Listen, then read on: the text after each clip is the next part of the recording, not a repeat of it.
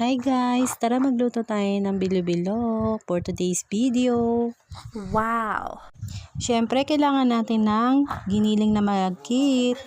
Hinati-hati ko nga pala yung giniling na malagkit dyan. Nilagyan ko ng mga food color para naman magkulay ang ating bilo-bilo.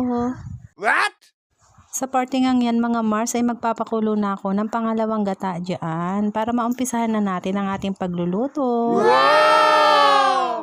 At kung mapapansin nyo nga mga Mars, may mga nyog pa yan, sinala lang namin.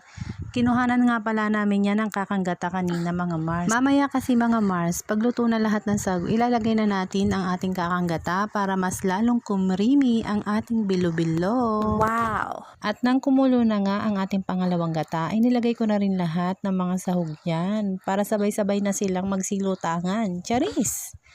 Parang yung katabi mo na plastic, lulutang sa baha.